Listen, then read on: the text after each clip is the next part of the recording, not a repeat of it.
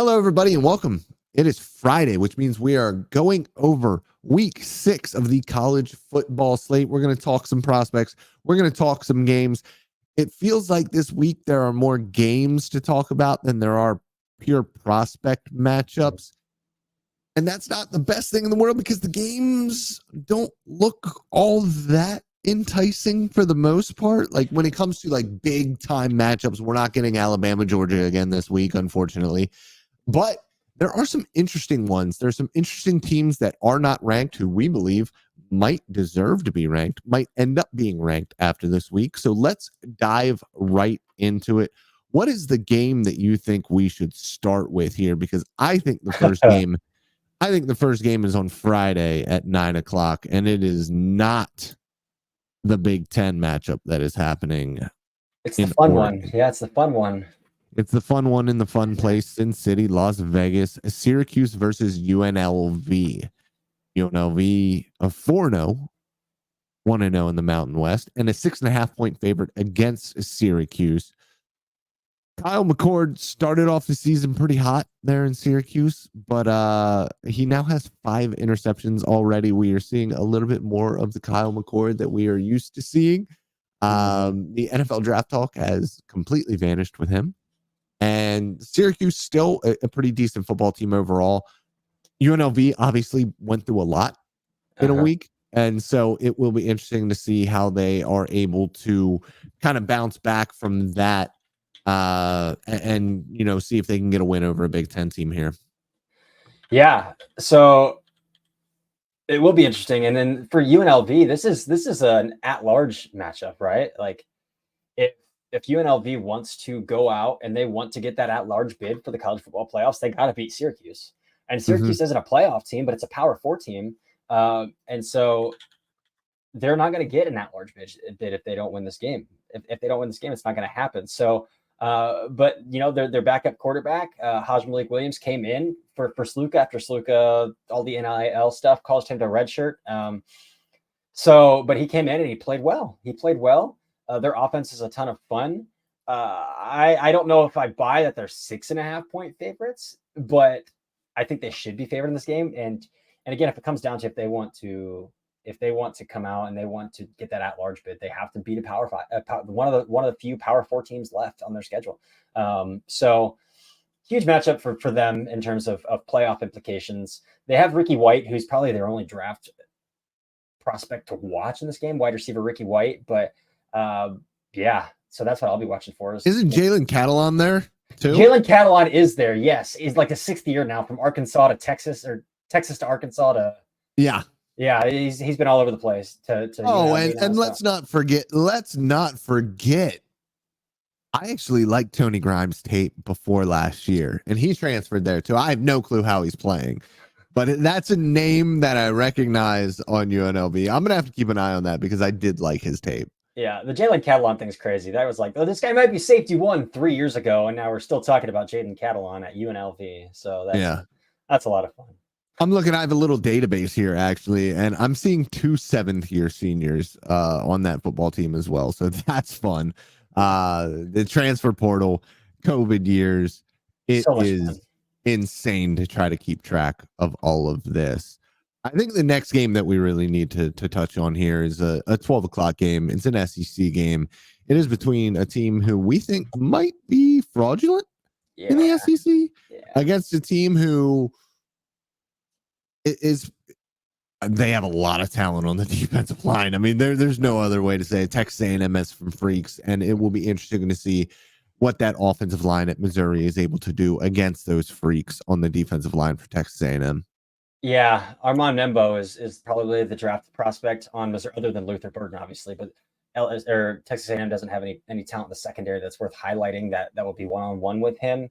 But Armand Bembo is the right tackle for Missouri, who, again, probably a guard at the NFL level, but is playing really well for them right now. But I do think Missouri is a little fraudulent. Texas A&M is actually a favorite in this game, even though they're the 25th team against the 9th team in the nation. So yeah, I am interested to see how Membo holds up against Scorton and Turner and those guys. But Weigman is still projected to be out in this game, and Marcel Reed has the arm strength of Tom Tupa at Ohio. So it'll be interesting to see what happens there, but it should be a good game. It should be a good game. And I would like to point out, I haven't actually gotten to sit down and watch his tape yet, but another guy who has been in the NFL draft sphere for a long time now as a name is Ruben Fothery.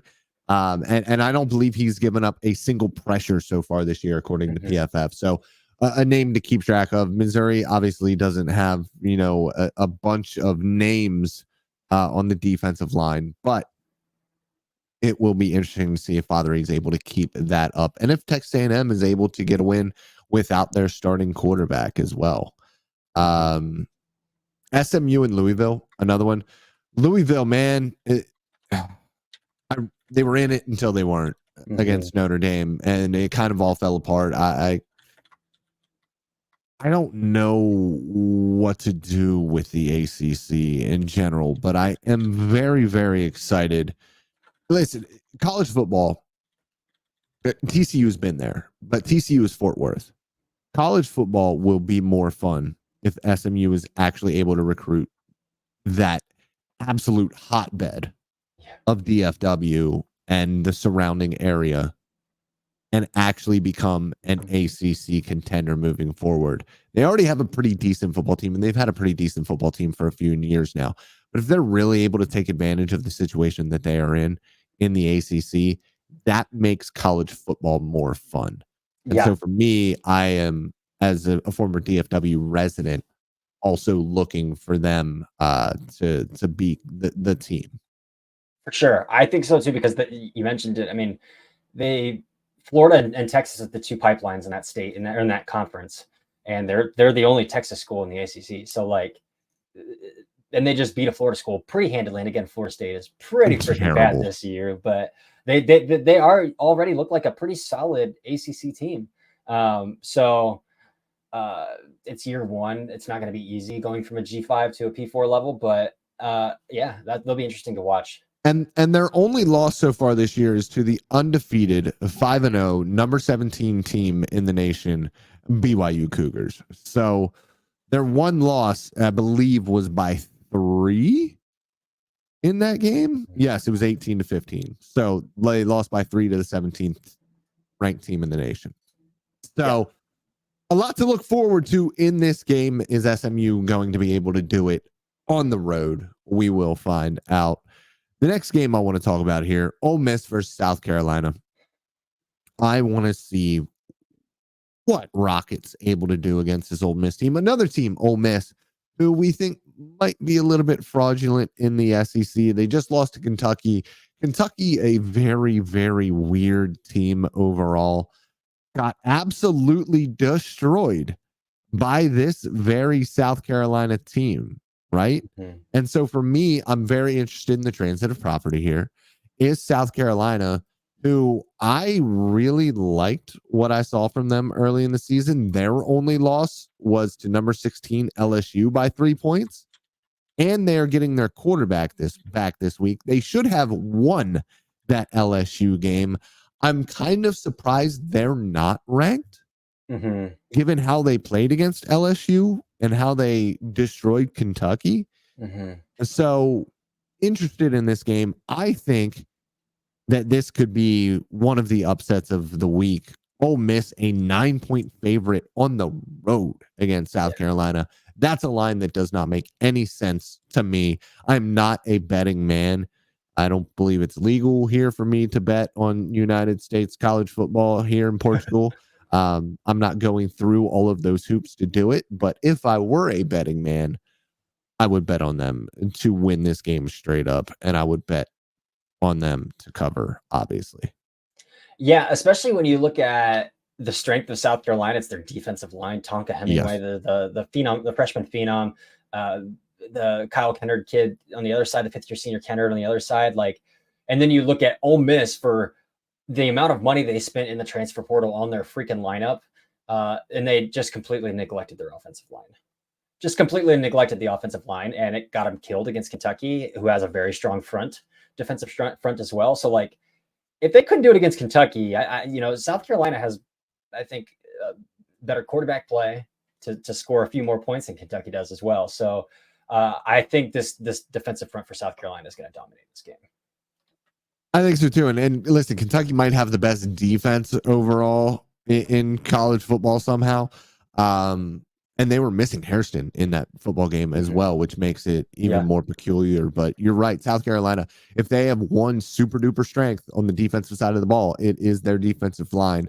What can Jackson Dart do in this game to come out on top and get to 1-1 in the SEC? Because if they go, 0-2 in the SEC, it's going to be really tough to come back from that and make a legitimate college football playoff run. Yeah. The next game here, man, I don't know how Washington is a favorite against Michigan, but they are a 2.5 point favorite against Michigan. I mean, that's doesn't that seem ridiculous? As bad as Michigan's offense is, doesn't that seem insane to you? It does, because Washington's offense isn't that great either. And they're starting freaking Will Rogers at quarterback, and they could not score Rutgers in a low-scoring game. So it does seem odd to me. It's only 2.5 point favorite. I mean, the over-under is 41.5 in this game. Yeah. And when I look at this matchup in particular, I'm looking at the Michigan defensive front against Washington's offensive line.